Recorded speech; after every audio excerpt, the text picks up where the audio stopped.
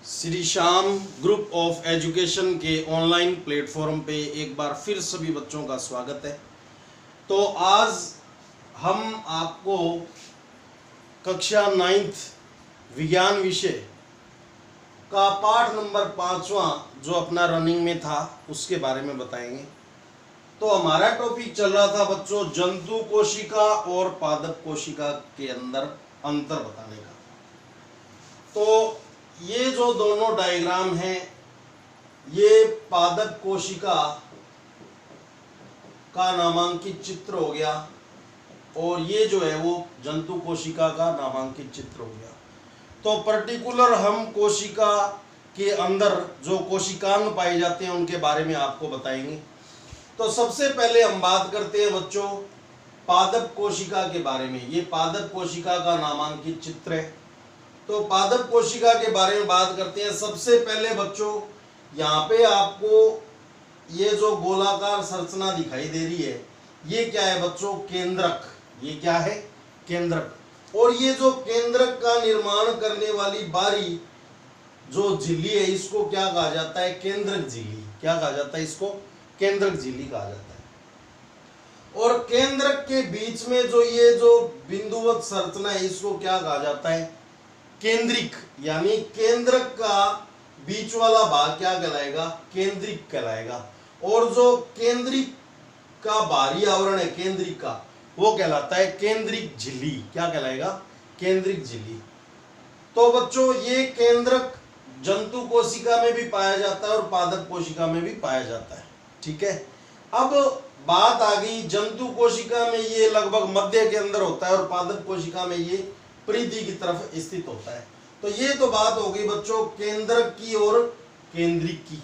ठीक है। अब हम बात करते हैं बच्चों गोल्जी उपकरण के बारे में। गोल्जी उपकरण से पहले हम जो पहला अपना कोशिकांग है अंतःद्रवी जालिका। क्या है? अंतःद्रवी जालिका। तो अंतःद्रवी जालिका जिसको हम इंग्लिश में ER किससे डिनोट करते हैं?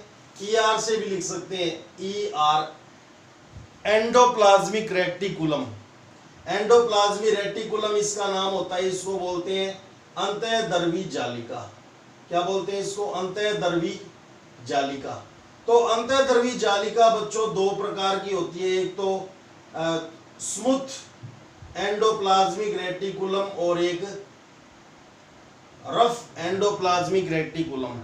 यानी चिकनी अंतःद्रवी जालिका और खुरदरी अंतःद्रवी जालिका। तो जो आपको केंद्रक के चारों तरफ इस टाइप की संरचना दिखाई दे रही है, इस टाइप की ये जो संरचना आपको दिखाई दे रही है तो इसको कहा जाता है बच्चों खुरदरी अंतःद्रवी जालिका। यहाँ पे आपको ये जो संरचनाएं दिखाई दे रही है इसको क्या कहा जाता है? खुरदरी अंतःद्रवी जालिका, जिसको इंग्लिश में RER बोलते हैं। फुल फॉर्म होता है रफ एंडोप्लाज्मिक रेटिकुलम, जो कि एंडोप्लाज्मिक रेटिकुलम यानी अंतःद्रवी जालिका का एक भाग है। यानी अंतःद्रवी जालिका दो प्रकार की हो गई, एक तो चिकनी अंतःद्रवी जालिका और एक खुरदरी अंतःद्रवी जालिका। इनके क्या काम होते हैं कोशिका के अंदर वो हम पर्टिकुलर एक एक अंग के बारे में आपको, एक एक कोशिकांग के बारे में आपको जब बताएंगे तो इनके कार्य भी आपको बताए जाएंगे। अभी मैं आपको पोजीशन बता रहा हूं। तो आपने इस टाइप की ये जो स्ट्रक्चर देखी है ये तो क्या है बच्चों? खुरदरी अंतःद्रवी जालिका। और यहाँ पे आपने ये इस टाइप की जो स्ट्रक्चर देख रखी है इस टाइप की ये क्या है बच्चों? चिकनी अंतःद्रवी जालिका। यहाँ पे जो आपने स्ट्रक्चर देख रखी है ये जैसे लाइक एज ए वाई, इस टाइप की जो आपने ये स्ट्रक्चर देखी है ये क्या है? चिकनी अंतःद्रवी जालिका। तो सबसे पहले कोशिकांग के अंदर हम अंतःद्रवी जालिका के बारे में पढ़ेंगे।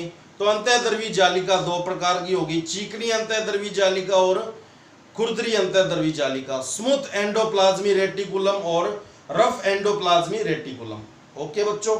तो अब हम बात करते हैं, फिर हम पढ़ेंगे बच्चों गोल्जी उपकरण के बारे में। किसके बारे में? गोल्जी उपकरण के बारे में। तो यहाँ पे आपको केंद्रक के पास इस टाइप की ऐसी संरचना दिखाई दे रही है। इस टाइप की, तो इसको क्या कहा जाता है, गोल्जी उपकरण। और इनका नाम कैमिलो गोल्जी ने इनकी खोज की थी, तो इनका नाम कैमिलो गोल्जी के नाम के आधार पर क्या पड़ा, गोल्जी उपकरण। तो हमने आपको किस किस के बारे में बताया, केंद्रक के बारे में, केंद्रक ये हो गया, इसके बीच में क्या किस चीज को देखने को मिलेगा, कौन सी चीज देखने को मिली, केंद्रिक, ये बीचों बीच वाला भाग हो गया, और ये केंद्रक झिल्ली होगी, और ये केंद्रिक झिल्ली होगी, ठीक है। उसके बाद में हमने आपको किसके बारे में बताया, अंतःद्रवी जालिका के बारे में, जो दो प्रकार की है, चिकनी अंतःद्रवी जालिका और खुरदरी अंतःद्रवी जालिका। और गोल्जी उपकरण यानी केंद्रक के पास ऐसी ये पुट्टीनुमा संरचना आपको देखने को मिलेगी, जो एक दूसरे क्या होती है, समांतर होती है, तो इसको क्या कहा जाता है, गोल्जी उपकरण। और ये जो केंद्रक आवरण है, इस केंद्रक आवरण को हम केंद्रक झिल्ली भी कह सकते हैं और केंद्रक आवरण भी कह सकते हैं, यानी केंद्रक के चारों ओर की जो संरचना का निर्माण करने वाली झिल्ली केंद्रक आवरण या केंद्रिक झिल्ली। उसके बाद में बात करते हैं कोशिका झिल्ली, यानी ये जो अंदर वाली स्ट्रक्चर आपको दिखाई दे रही है, इसको क्या कहा जाता है, कोशिका झिल्ली, यानी जो कोशिका का निर्माण करती है वो क्या कहा जाता है, उसको कोशिका झिल्ली। और इसके हमने काफी आपको नाम बताए थे, प्लाज्मा झिल्ली, चयनात्मक, वर्णात्मक, अर्धपारगम्य झिल्ली, या सेल मेम्ब्रेन, या कोशिका कला, ये काफी इसके नाम होते हैं। कोशिका झिल्ली यानी ये अंदर वाली सतह जो होती है वो कोशिका झिल्ली होती है बच्चों। और कोशिका झिल्ली के बाद में हम आपको बता रहे हैं ये बीच की पटलिका होती है, ये कोशिका झिल्ली से आगे की तरफ कौन सी होती है, बीच की पटलिका। उसके बाद में हम बात करते हैं कोशिका भित्ति, यानी केवल पादप कोशिकाओं में पाई जाती है सेल वाल यानी कोशिका भित्ति, ठीक है, ये जंतु कोशिका में आपको देखने को नहीं मिलेगी। तो कोशिका भित्ति जो होती है वो कोशिका झिल्ली के चारों तरफ, कोशिका झिल्ली के चारों तरफ एक और परत पाई जाती है, एक और झिल्ली पाई जाती है, मतलब दीवार पाई जाती है, उसको क्या कहा जाता है, सेल वाल कहा जाता है, कोशिका भित्ति कहा जाता है। ये केवल पादप कोशिकाओं में पाई जाती है। और कोशिका भित्ति और कोशिका झिल्ली के बीच में आपको एक और जो परत पाई जाती है उसको बीच की पटलिका बोलते हैं, ठीक है बच्चों। तो हमने आपको मेनली जब 6 प्रकार के अंगों के बारे में बताया था, सबसे पहले हम किसके बारे में बात करेंगे, अंतःद्रवी जालिका के बारे में। दूसरे नंबर पे हम बात करेंगे किसके बारे में, दूसरे नंबर पे हम गोल्जी उपकरण के बारे में बात करेंगे, ठीक है। तीसरे नंबर पे हम बात करेंगे लाइसोसोम के बारे में। तो ये जो आपने देखा, ये जो गोलाकार संरचना होती है इसको क्या कहा जाता है, लाइसोसोम। ये काफी जगह पाए जाते हैं, जैसे यहाँ पे भी ये लाइसोसोम है, लाइसोसोम भी काफी जगह पाए जाते हैं। और लाइसोसोम को सुसाइड बैग के नाम से यानी आत्मघाती थैली के नाम से जाना जाता है। इसमें विभिन्न प्रकार के पाचक एंजाइम होते हैं। तो 3 प्रकार के अंग, अंतःद्रवी जालिका, गोल्जी उपकरण और तीसरे प्रकार का लाइसोसोम। उसके बाद में हम बात करते हैं बच्चों, चौथे नंबर पे बात करेंगे हम हरित लवक के बारे में। किसके बारे में, ये भी केवल किसमें पाया जाता है, क्लोरोप्लास्ट, इसको हरित लवक बोलते हैं। और इसके कारण ही पौधों की पत्तियों का रंग कौन सा होता है, हरा होता है। यानी ये प्लास्टिड का भाग है बच्चों, ये किसका भाग है, प्लास्टिड का। प्लास्टिड भी 3 प्रकार के होते हैं, वो भी हम आपको बताएंगे। तो प्लास्टिड 3 प्रकार के होते हैं, क्रोमोप्लास्ट है, ठीक है, और ल्यूकोप्लास्ट है, और ये क्लोरोप्लास्ट है। तो ये लवक के भाग होते हैं, हरित लवक। ये आप देख सकते हो, ये जो संरचना है ये भी काफी जगह पाया जाता है। हरित लवक केवल पादप कोशिकाओं में पाया जाता है, और हरित लवक के कारण ही पौधों की पत्तियों का रंग कौन सा होता है, हरा होता है। तो हरित लवक, ये भी हरित लवक है। यहाँ पे ये जो आप स्ट्रक्चर देख रहे हो ये भी हरित लवक की है, ये भी हरित लवक है, ये भी हरित लवक है, और ये भी हरित लवक है, ठीक है। तो हरित लवक केवल पादप कोशिकाओं में और भिन्न भिन्न स्थानों पर पाया जाता है। तो हमने आपको हरित लवक के बारे में बताया, जो कि प्लास्टिड यानी लवक का एक भाग है, ठीक है। उसके बाद में हम बात करते हैं बच्चों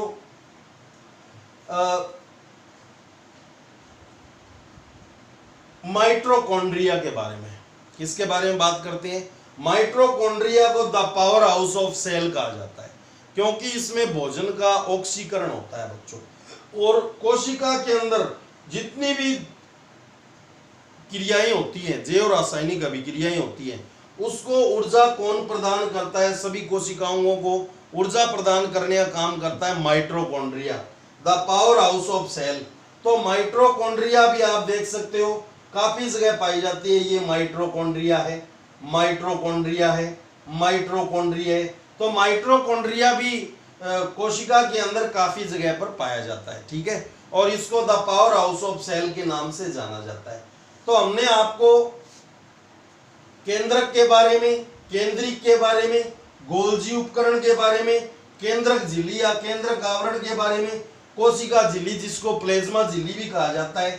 अब लास्ट जो आपका कोशिकांग आता है वो आता है बच्चों रसदानी, जो कि पादप कोशिका में तो क्या होती है? बड़ी होती है रसदानियां, ठीक है। और जंतु कोशिका में ये क्या होती है? छोटी होती है या फिर क्या होती है? अनुपस्थित होती है। तो ये जो आप केंद्र के पास ये बड़ा सा आप जो अंग देख रहे हो, इसका नाम क्या होता है? रसदानी।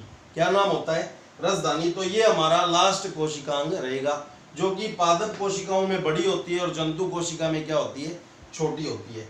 तो इसके अलावा हम देख सकते हैं इसको, यहाँ पे जो आपको छोटी सी संरचना दिखाई दे रही है, इसको जीवद्रव्य तंतु कहा जाता है। और इसके अलावा इसमें जो आगे की कक्षाओं में आप पढ़ोगे तो ये सूक्ष्म नलिकाएं होती हैं। और कोशिका द्रव्य, जो केंद्रक के और कोशिका झिल्ली के बीच में जो द्रव्य पाया जाता है उसको क्या कहा जाता है? कोशिका द्रव्य। और जो केंद्रक के और केंद्रिक के बीच में यहाँ पे जो द्रव्य मिलेगा इसको क्या कहा जाता है? केंद्रक द्रव्य।